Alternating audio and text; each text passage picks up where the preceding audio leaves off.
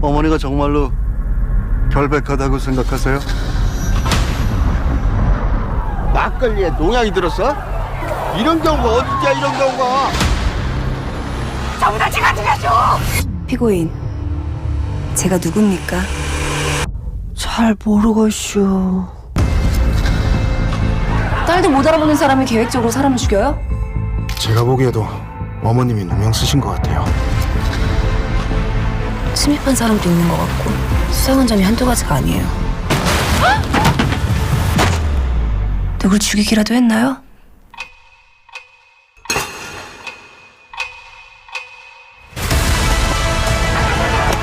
새끼는 애미만 있으면 돼요. 재판꼴이 개판으로 흘러가니까 내가 바로 잡을게.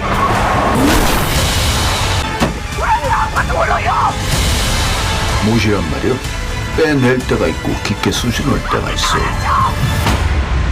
범인 찾았어, 범인. 두고 보세요. 내가 결백을 증명할게.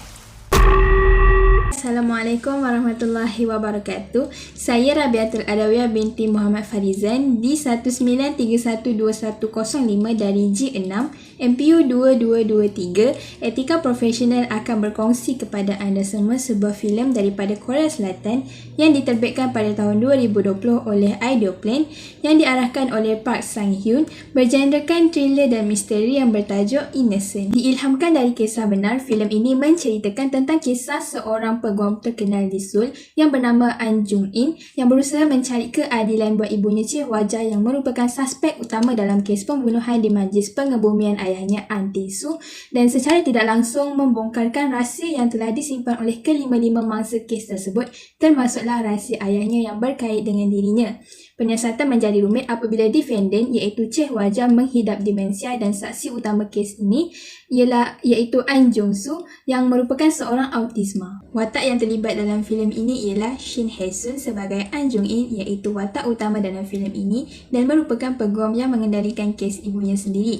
Yang kedua, Bae Jo-ok sebagai Choi Hwa-ja iaitu ibu kepada An Jung-in yang merupakan suspek utama kes pembunuhan di Kampung Daecheon dan menghidap demensia. Yang ketiga, Ho Jun-ho sebagai Datuk Bandar Cui iaitu mangsa yang terselamat dalam kes pembunuhan tersebut dan sedang mendapatkan rawatan di hospital. Yang keempat, Hong Kyun sebagai An Jung-soo iaitu adik kepada An Jung-in, seorang autisma yang merupakan saksi utama kes tersebut. Terdapat banyak masalah yang berkait dengan kejadian yang berlaku di dalam filem ini, tetapi saya hanya akan menumpukan kepada masalah yang dihadapi oleh watak utama iaitu watak An Jung-in dan watak Choi Hwa-ja. Masalah bermula apabila Datuk Bandar Cui pergi ke majlis pengebumian An Tae-soo iaitu ayah kepada An Jung-in bersama 4 orang rakannya dan meminum wang beras yang telah disediakan kepada mereka. Selepas minum wang beras tersebut, kelima-lima mereka keracunan, 2 daripada mereka maut dan 3 daripadanya sedang mendapatkan rawatan di hospital, termasuklah Datuk Bandar Cui. Wang beras tersebut disyaki telah diletakkan racun perosak di dalamnya dan menyebabkan keracunan sehingga membawa kepada kematian. An Jung-in yang tidak menghadiri majlis pengebumian ayahnya mendapat berita tersebut daripada laporan berita TV bahawa ibunya dituduh sebagai suspek utama kes pembunuhan tersebut dan memutuskan untuk mengendalikan kes ibunya apabila mendapati peguam yang diupah makciknya untuk membela Choi Hwa-ja langsung tidak membantu menyelesaikan kes tersebut. Malah, peguam itu akan menambahkan lagi syakwa sangka daripada pihak hakim dan media terhadap ibunya. Dan pada saat itu, dia baru mengetahui bahawa ibunya menghidap demensia dan tidak dapat mengingati kejadian yang berlaku serta tidak mengenali An Jung-in sebagai anak perempuannya. Penyiasatan bermula apabila An Jung-in berjumpa pakciknya dan bertanya apa yang telah berlaku di Kampung Daecheon selepas dia meninggalkan kampungnya 10 tahun yang lalu kerana tidak mendapat sokongan dari keluarganya untuk melanjutkan pembelajaran dengan alasan kesempitan wang, dan An Jung-in menghadapi penderaan fizikal oleh ayahnya. Ketika penyiasatan diteruskan, An Jung-in terjumpa rakan sekolah menengahnya yang bernama Yang Wang-yong. Yang Wang-yong memaklumkan kepada An Jung-in bahawa Choi Hwa-ja pernah datang ke balai polis pada lewat malam sambil berkata suaminya adalah seorang pembunuh. Bukti CCTV itu diserahkan kepada An Jung-in dan menganggap bahawa bukti tersebut dapat membantu penyiasatan. Penyiasatan demi penyiasatan dilakukan sehinggalah terbongkar masa silam ayahnya dan rahsia yang disimpan oleh kelima-lima mangsa kes keracunan tersebut. Ketika sedang mencari bukti di rumahnya, An Jung-in In terjumpa telefon bimbit yang telah rosak dan keratan gambar yang telah dikoyakkan yang disimpan di sebalik frame gambar ibunya. Gambar tersebut menunjukkan majlis perkahwinan ibunya dengan seorang lelaki bernama Lim Chunu. An Jung In segera berjumpa dengan salah seorang mangsa kes keracunan tersebut dan bertanya tentang Lim Chunu. Menurut mangsa, Lim Chunu adalah suami pertama Cheh Hua Jia yang merupakan anak kepada bos mereka yang bekerja di satu akuari. Lim Chunu bekerja bersama ayah An Jung In dan keempat-empat mangsa tersebut di akuari yang dimiliki ayah Lim Chunu. Suatu hari, mereka berlima mendapat tahu bahawa Lim Chunu akan mewarisi semua akuari milik ayahnya.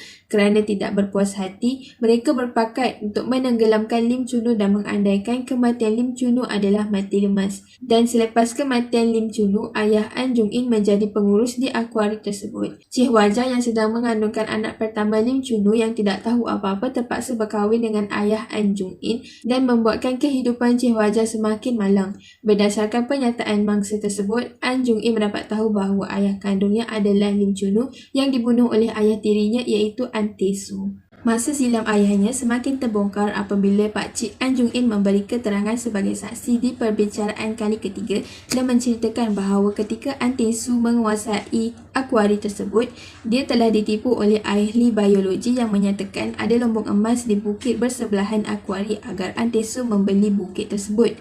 Duit yang digunakan An Tae Soo adalah hasil daripada wang yang telah dikumpulkan oleh orang kampung Lechon. Atas sebab itu, An Tae Soo dipulaukan oleh orang-orang kampung. Selepas merasa dirinya ditipu, An Tae Soo mencuba nasib ke dunia politik tetapi di akhirnya dia dikhianati oleh rakan-rakannya sendiri sehingga Datuk Bandar Cui yang mendapat pangkat sebagai Datuk Bandar di kampung Lechon. Selepas kejadian itu, An Tae Soo mengugut mereka dengan mengancam untuk membunuh mereka menggunakan racun perosak dan Pakcik An Jung In turut menyatakan bahawa orang kampung Lechon sudah berhenti minum arak kecuali 5 orang berkenaan termasuk Datuk Bandar Cui. Balik sahaja dari perbicaraan mahkamah, An Jung In singgah di kedai membaiki telefon untuk mengambil telefon bimbit yang dijumpai bersama cebisan gambar perkahwinan Cheh Hua Jia. Di dalam kereta, An Jung In membelik telefon yang sudah siap dibaiki dan terjumpa beberapa buah video luahan hati ayah tirinya An Tae Soo. Menurut ayah tirinya, dia sering jatuh sakit apabila memakan masakan Cheh Hua Jia dan sejak punca kematian Lim Chunu diketahui Cheh Hua Jia sering bertindak agresif. Video tersebut membangkitkan rasa syak dalam diri An Jung In. An Jung In bertanya kepada adik lelakinya An Jung Soo siapa yang merosakkan telefon bimbit tersebut dan An Jung Soo yang merupakan pesakit autisme itu menjawab Cheh Hua Jia iaitu ibunya yang merosakkan telefon bimbit tersebut. An Jung In segera bergerak ke penjara untuk bertemu dengan Cheh Hua Jia. Seperti biasa, Cheh Hua Jia tetap tidak mengenalinya.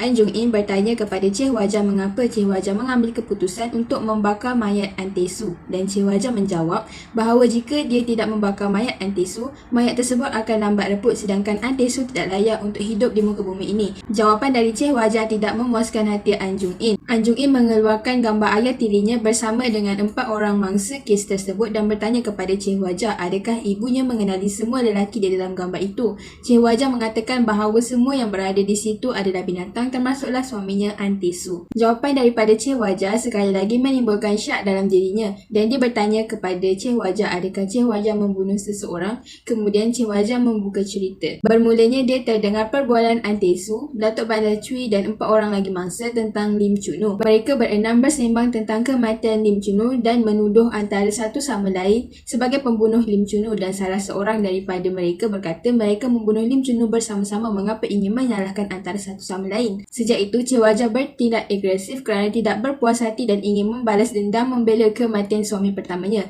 Selepas memasak lauk untuk An Tae Soo, dia menyembur racun perosak ke makanan An Tae Soo menyebabkan An Tae Soo terseksa dan mati perlahan-lahan. Semasa majlis pengebumian An Tae Soo, Cheh Hua Jia meletakkan sebotol racun perosak ke dalam muai beras untuk dihidangkan kepada 5 orang rakan An Tae Soo termasuklah Datuk Bandar Cui dengan niat membunuh. Cheh Hua Jia turut menceritakan penyesalannya terhadap anak perempuannya yang bernama An Jung In kerana tidak memberi sepenuh perhatian kepada An Jung In. An Jung In yang mendengar luahan ibunya terkedu dan menangis di hadapan ibunya. Cheh Hua Jia yang melihat reaksi peguam di hadapannya itu terus terkejut dan ingatannya terhadap anak perempuannya kembali. Cheh Hua Jia memeluk An Jung In dan meminta An Jung In membuat pertimbangan ke atas keputusan yang akan An Jung In lakukan sebagai seorang peguam dan tidak perlu memikirkan tentang keadaan dirinya. Cheh Hua Jia turut meminta maaf atas perbuatannya. Pada hari perbicaraan yang terakhir, An Jung In mencadangkan kepada pihak hakim bahawa pembunuh sebenar adalah mendiang An Tae Soo, suami kepada defendant. An Jung In menghuraikan hujahnya dan mengatakan selepas penipuan lombong emas, An Tae Soo hidup dalam kesengsaraan dan apabila An Tae Soo mengetahui penipuan tersebut adalah sebahagian daripada perancangan Datuk Bandar Cui, dia kemudiannya mengugut untuk membunuh Datuk Bandar Cui dan 4 orang rakannya yang lain. Kemudian beberapa hari selepas itu, An Tae Soo meninggal akibat sirosis hati. An Jung In juga mengatakan bahawa An Tae Soo meletakkan racun perosak ke dalam wang beras sebelum kematiannya dengan niat membunuh kelima-lima orang rakannya. Dan seperti yang dicangka, hanya 5 orang mangsa itu sahaja yang meminum wine tersebut kerana orang kampung Dechon sudah berhenti meminum arak atas faktor kesihatan. Walaupun ditentang oleh pihak pendakwa raya, An Jung In sempat meminta An Jung Soo untuk menipu pihak hakim, pihak lawan dan juga media untuk mengatakan bahawa ayahnya iaitu An Tae Soo yang menyuruh An Jung Soo menghidangkan wine beras tersebut kepada 5 tetamu semasa majlis pengebumian. Hujah penipuan An Jung In dikuatkan lagi apabila demensia Che Hua Jia semakin teruk sehingga lupa tentang kewujudan anak perempuannya An Jung In dan anak lelakinya An Jung Soo. Dan bukti laporan analisis dari unit forensik mengesahkan baju terakhir yang dipakai An Tae Soo sebelum meninggal dunia terdapat kesan metomil yang sama yang ditemui pada pakaian defendant. Hakim menerima cadangan An Jung In dan membebaskan Che Hua Jia dengan mengatakan bahawa defendant Che Hua Jia tidak bersalah selepas menyelidik bukti baru yang diberikan oleh An Jung In dan meletakkan kesalahan serta pertuduhan tersebut kepada mendiang An Tae Soo. Di akhir filem ini, An Jung In nekat untuk menjaga ibu dan adiknya serta memberi rawatan yang sepatutnya kepada mereka berdua. Di dalam filem ini, kita dapat lihat dilema dan masalah yang dihadapi oleh watak utama dalam proses penyiasatan dan ketika ingin membuat keputusan di akhir filem ini. Baiklah, tanpa membuang masa, saya akan menerangkan kepada anda semua poin penting yang saya ingin sampaikan melalui slide yang telah saya sediakan di sebelah. Berdasarkan filem ini, saya akan menerangkan yang pertama, pilihan untuk watak membuat keputusan. Yang kedua, nilai yang diutamakan watak apabila membuat keputusan. Yang ketiga, menyenaraikan sebab mengapa watak membuat keputusan tersebut. Yang keempat, kaitan keputusan tersebut dengan teori etika sama ada dari sudut konsep, tujuan ataupun akibat. Yang kelima, pendapat sama ada watak membuat keputusan yang betul atau salah dan sebab. Baiklah, pada slide yang pertama, kita dapat lihat pilihan watak untuk membuat keputusan. Yang pertama, mengakui kesalahan defendant dan memohon kepada mahkamah untuk meringankan hukuman ke atas defendant kerana defendant menghidap demensia.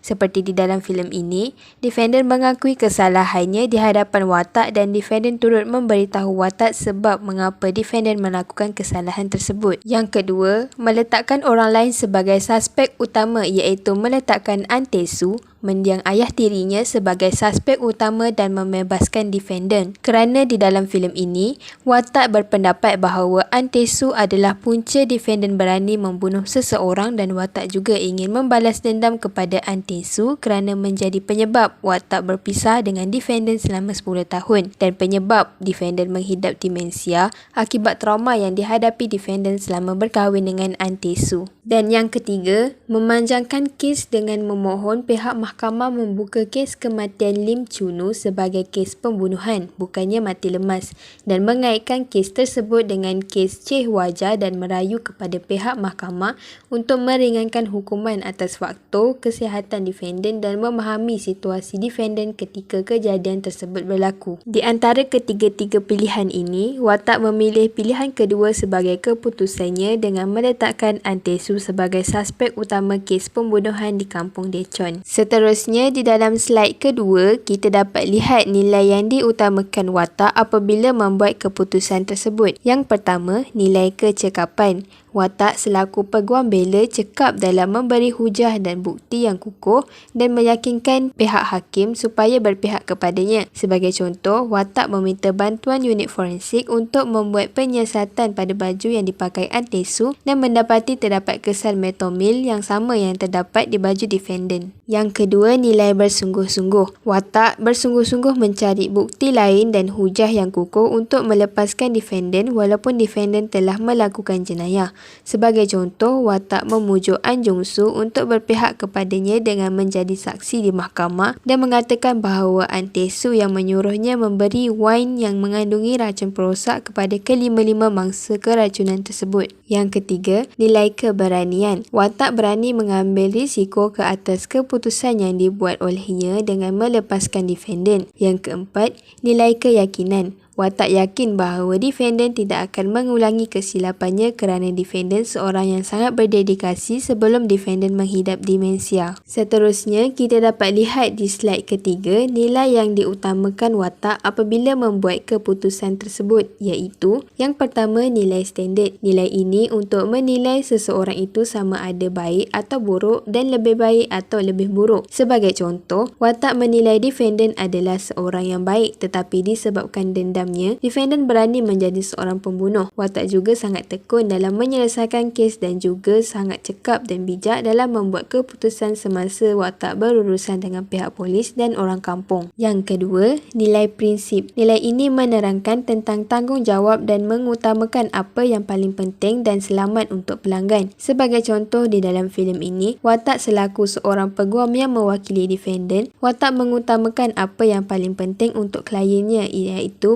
mendapatkan rawatan untuk penyakit demensia yang dihidap defendant. Yang ketiga, nilai peraturan. Nilai ini menentukan tugas dan tingkah laku atau tindakan tertentu yang perlu dilakukan oleh seorang profesional. Sebagai contoh, walaupun watak berpihak kepada defendant yang bersalah, watak tetap mematuhi prosedur perbicaraan dan menamatkan perbicaraan dengan baik. Baiklah, pada slide yang keempat kita dapat lihat sebab mengapa watak membuat keputusan tersebut. Yang pertama, untuk mendapatkan keadilan buat defendant kerana selepas kematian suami pertamanya, defendant tidak dapat merasai kebahagiaan dan keadilan dalam hidupnya walaupun kematian suami pertamanya bukan berpunca dari dirinya. Yang kedua, watak ingin membalas dendam kepada mendiang ayah tirinya kerana telah menyeksa ibunya dan dirinya serta dalang di sebalik pembunuhan bapa kandungnya semasa dirinya masih di dalam kandungan. Yang ketiga, memberi keutamaan kepada kesihatan dan rawatan untuk penyakit yang dihidapi defendant lebih penting daripada menerima hukuman. Seterusnya, di slide yang kelima, kaitan keputusan tersebut dengan teori etika. Yang pertama, teori egoisme. Menurut teori ini, kemoralan adalah kepentingan diri dan mengasihani diri. Begitu juga apa yang dilakukan oleh watak. Watak bersikap mementingkan diri sendiri dengan menyebelahi defendant kerana ingin menebus kesalahan masa silamnya tanpa memikirkan kesan kepada masyarakat pada masa akan datang. Yang kedua, teori eksistensialisme. Teori ini menilai baik buruk perbuatan seseorang mengikut situasi. Teori ini juga membelakangi peraturan yang ada dalam masyarakat seperti undang-undang. Begitu juga di dalam filem ini. Pendapat dan kelakuan watak hanya berpandukan diri sendiri dan menyalahi peraturan dan etika sebagai seorang profesional kerana menurut watak, defendant tidak akan mengulangi kesalahannya lagi kerana defendant adalah seorang yang baik dan jujur. Defendant juga melakukan pembunuhan kerana ingin membalas dendam kepada pembunuh suami pertamanya dan tidak akan menyakiti orang lain. Seterusnya, di slide yang terakhir adalah pendapat sama ada watak membuat keputusan yang betul atau salah dan sebab. Bagi pendapat saya, watak membuat keputusan yang salah kerana yang pertama, tiada obligasi kepada pihak ketiga. Kerana watak bukan sahaja melepaskan defendant, malah di dalam filem ini watak turut melepaskan kelima-lima pembunuh ayahnya. Saya juga yakin bahawa defendant tidak akan mengulangi kesilapannya, tetapi bagaimana dengan pembunuh ayahnya? Mereka akan mengulangi jenayah mereka kerana sikap tamak dan tidak berperi kemanusiaan itu menguasai diri mereka dan mereka berlima turut tidak menunjukkan tanda-tanda penyesalan terhadap apa yang telah mereka lakukan apabila berhadapan dengan defendant. Yang kedua, tidak profesional. Watak mencampurkan urusan peribadi dengan kerja menyebabkan watak sukar membuat keputusan sehingga melanggar peraturan dan etika sebagai seorang profesional yang bekerja di dalam bidang profesion peguam. Menurut saya, keputusan yang terbaik yang perlu diambil oleh watak adalah pilihan yang ketiga, iaitu memanjangkan kes dan mendapatkan keadilan buat mendiang ayah kandungnya dan juga ibunya serta dapat menangkap kelima-lima pembunuh tersebut walaupun 3 orang daripadanya telah mati, tetapi Tetapi dengan tindakan tersebut, watak dapat menyelamatkan pihak ketiga iaitu masyarakat, terutamanya penduduk di Kampung Dechon, walaupun kes tersebut akan mengambil masa yang lama untuk diselesaikan. Sekian, itu sahaja yang ingin saya sampaikan kepada kalian semua. Saya harap kalian semua dapat memahami setiap apa yang saya sampaikan dan terangkan kepada kalian semua sebentar tadi. Itu sahaja daripada saya. Terima kasih.